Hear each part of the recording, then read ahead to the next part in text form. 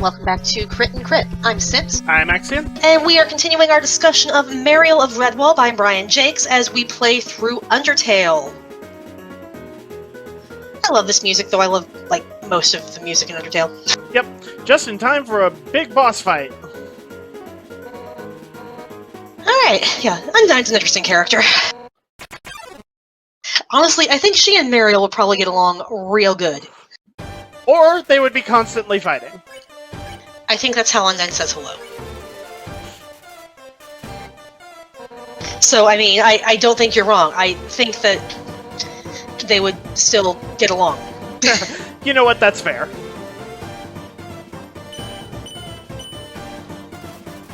Speaking of, let's go ahead and talk about Mariel first. She is, after all, our title character, and she's honestly one of the better characters in the entire franchise, I think. Like, so often, most of the Redwall female characters are, like, damsels in distress, side characters, or they're just to be the love interest. Mariel is here to chew bubblegum and kick ass, and what do you know, Kabul took all the bubblegum. So, yeah. She is not going to sit around and wait to be rescued. She does it herself, and she was willing to go single-handedly take on a pirate horde alone. Which, yeah. She does not let amnesia stop her, and yet she's not all about the fighting. She's very concerned about finding her father again, and yeah, she's just, this is my problem, I'm not going to make other people do it.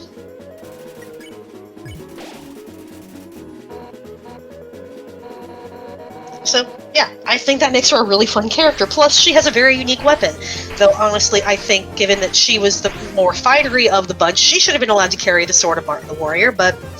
That is actually a complaint I have heard from people about this story, that it seems a little odd and maybe unfair that,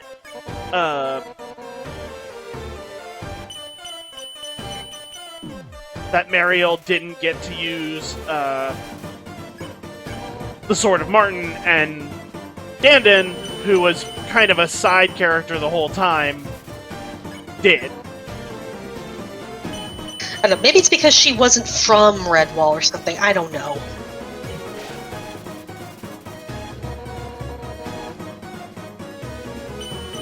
But yeah, speaking of Dandin, he's not bad, but honestly, I don't think he's that memorable, because I had completely forgotten about him before I read this. I had as well. Yeah, in D&D terms, I would actually call him more a bard than a thief. Well, than a rogue. So, because they talk about his ancestry quite a lot and how crucial that is to his personality. I mean, oh god, can you imagine if, like, your family determined everything about your personality? We'll have to get into that at some point. But, yeah, like, he's a little bit of a rapscallion, but he's also very musically inclined. So he spends a lot of the book before the adventure and on the adventure doing poetry and singing and such, playing flute. But he is a capable fighter, which is, I guess, why Martin wants him to hold the sword. And, yeah. Though, I mean, this is not the first time we've taken the sword away from the Abbey, where we probably need to do something about, you know, the invading army, but, you know, why wouldn't you send your most valuable weapon away from a place that constantly gets attacked by every random wandering evildoer bunch that happens to go into the woods? But, whatever. Then there's Dury. Dury is the normal one of the main four protagonists. The protagonist group that leaves Redwall. He's just a regular hedgehog who happens to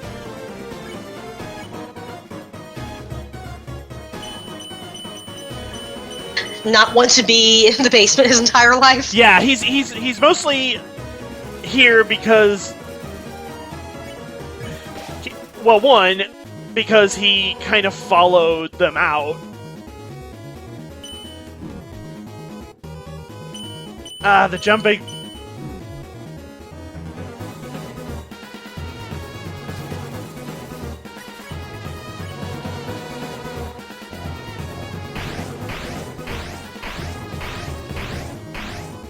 I think I'm supposed to run from her at some point.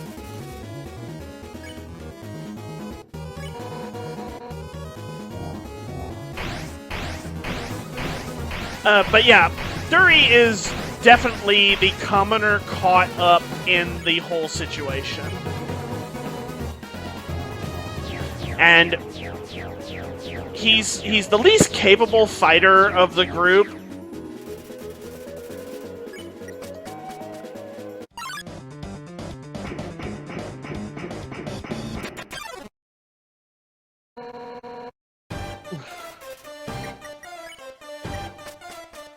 And he's the least interested in fighting. He's mostly there to support the others, and I think he's also the one who provides a lot of the food. Not now, Papyrus.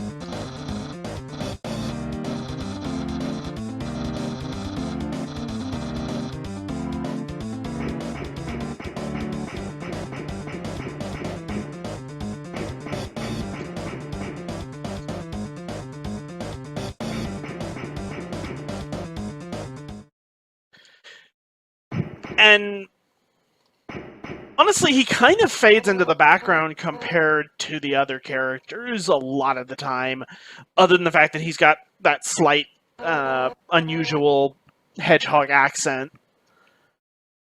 And he's kind of ends up a bit forgettable as a result. Yep. Who next? Tarquin, the last of the four travelers. Yes, Tarquin.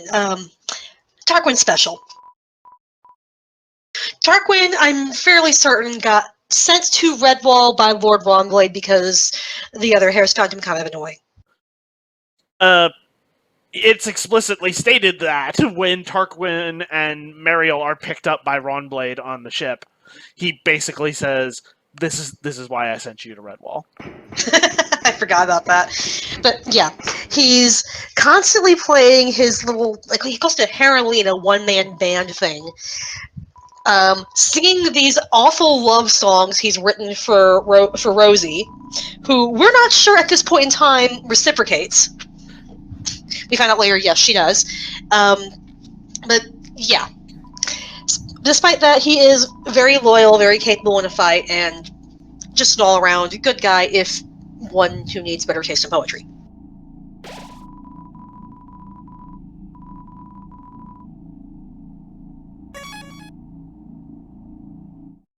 But other than that, he's capable, he's friendly, he's... what's the word I'm looking for?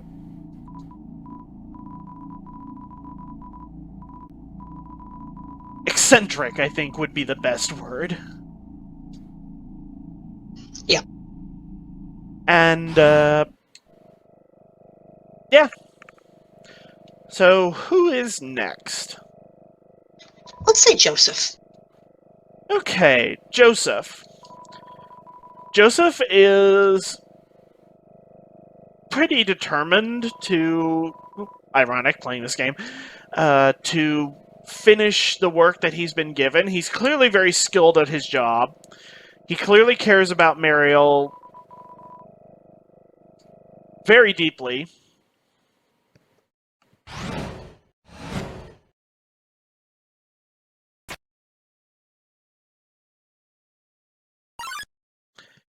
He's incredibly skilled in his job.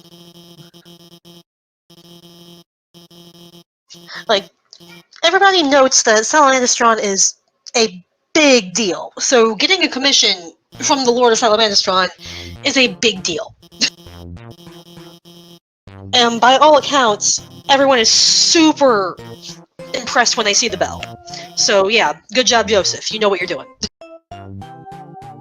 And he's also very adaptable.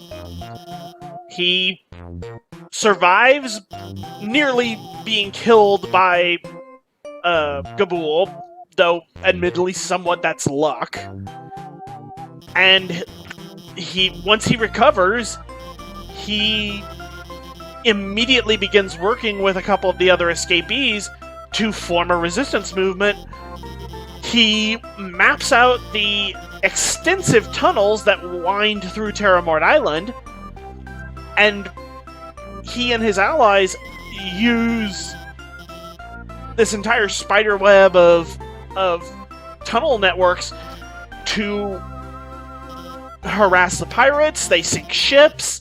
They steal things from the pirates and their headquarters and from their ships. They create these secret passages with these spring-loaded boulder doors that they can move aside with extreme ease, and then put a simple prop in place, and they hold shut stronger than even the pirates can move. And the pirates are, of course, big rats, so they're much stronger than most of the mice and voles that make up the escaped slaves. And a lot of this is spearheaded by Joseph and the early allies, the first few escapees that form the resistance unit.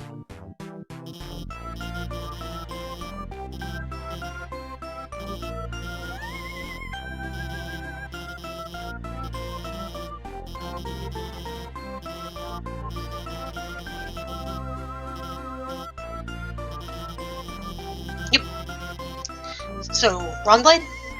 Ronblade. I guess Ronblade would be what we call, like, the big good. That's typically the role Salamandastron takes. Yep. He is a powerful badger warrior king who basically sends his underlings out, the Long Patrol, to deal with all of the problems around the mainland, and then sets off to deal with the pirates himself, because he's basically gonna take this to the field directly.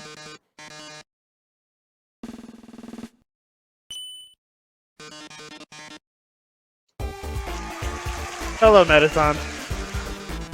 Hello, Metaton.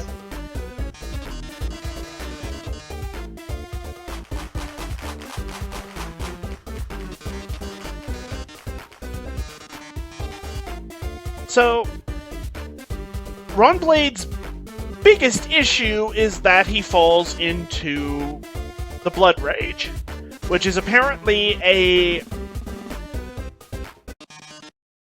badger thing that certain kings get. It hasn't affected the Lord of Salamandastron for several generations, but Ronblade falls under it, and one of the Long Patrol points out that he, clawed through a wall at one point under its effects.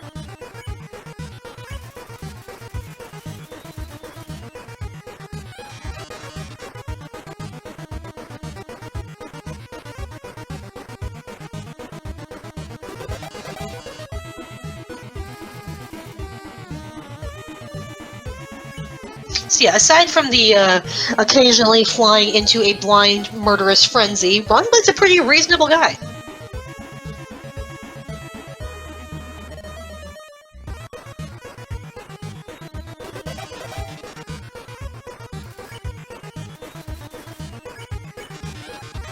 And then we get to when he's on the island and he's fighting with Mariel and with Dandan about who gets to kill the Pirate King. Which just makes me think of, any D&D party ever. I wanted to kill the chief! Oh, I'd forgotten about that. Just after you guys had negotiated peace, too. Yep. So let's see, the rest of the Long Patrol. Clary and Time are pretty straightforward, stereotypical military officers, stiff upper lip, what, you know. And then there's Rosie, who's much the same, but younger, a little less experienced, and, again, that laugh.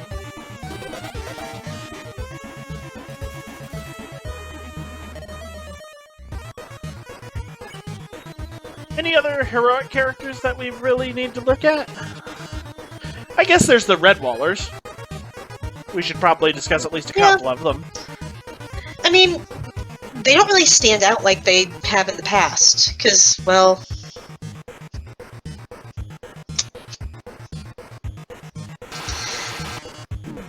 Yeah. Like, there's the Abbot.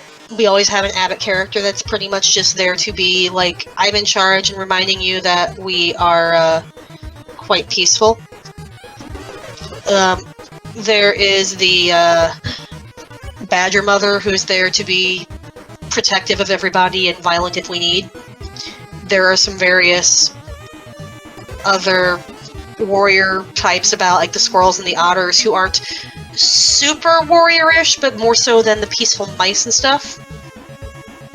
But yeah, there's not a whole lot of variance. It's, like we said, the Redwall books tend to follow a pretty standard pattern.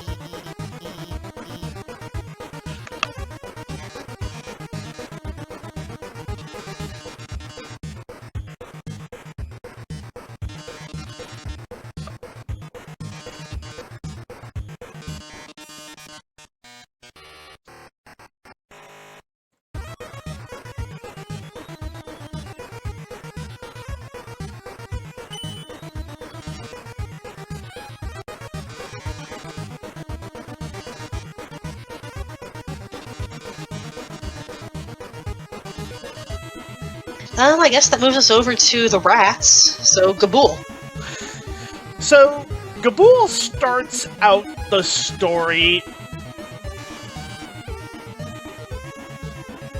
being a cruel but relatively... what's the word I'm looking for? Backstabby.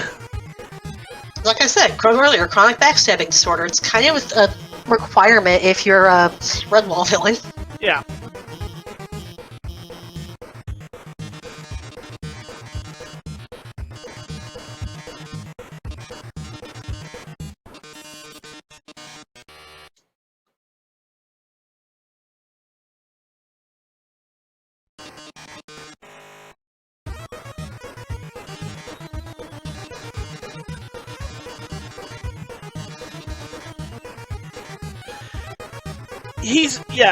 He's violent and traitorous to his allies, but he's also running a competent ship.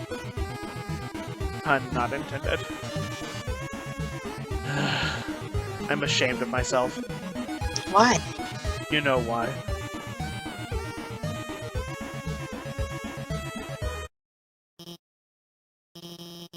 But as the story progresses, his paranoia and his hallucinations get worse and worse.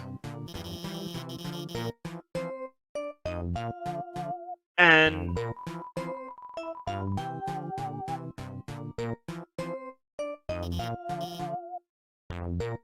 by the end of the story, he's raving, he's attacking things that nobody else can see. He's mistaking his underlings for each other, and refuses to believe them when they say they are who they say they are.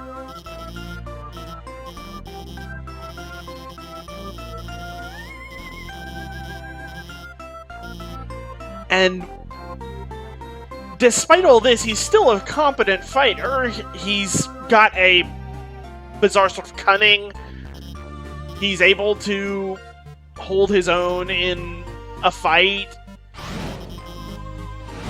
for at least some time.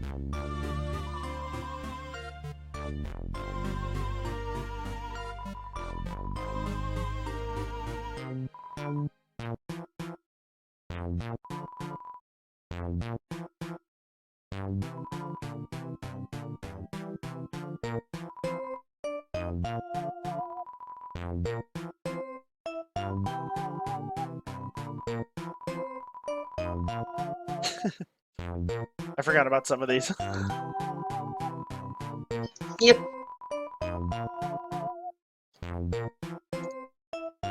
But yeah, he's a competent leader who is foiled by his own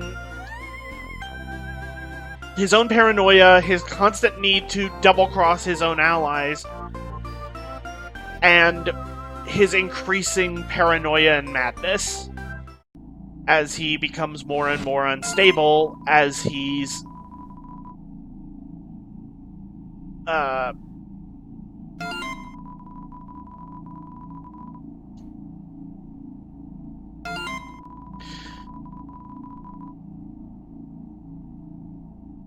I forgot about this whole bit.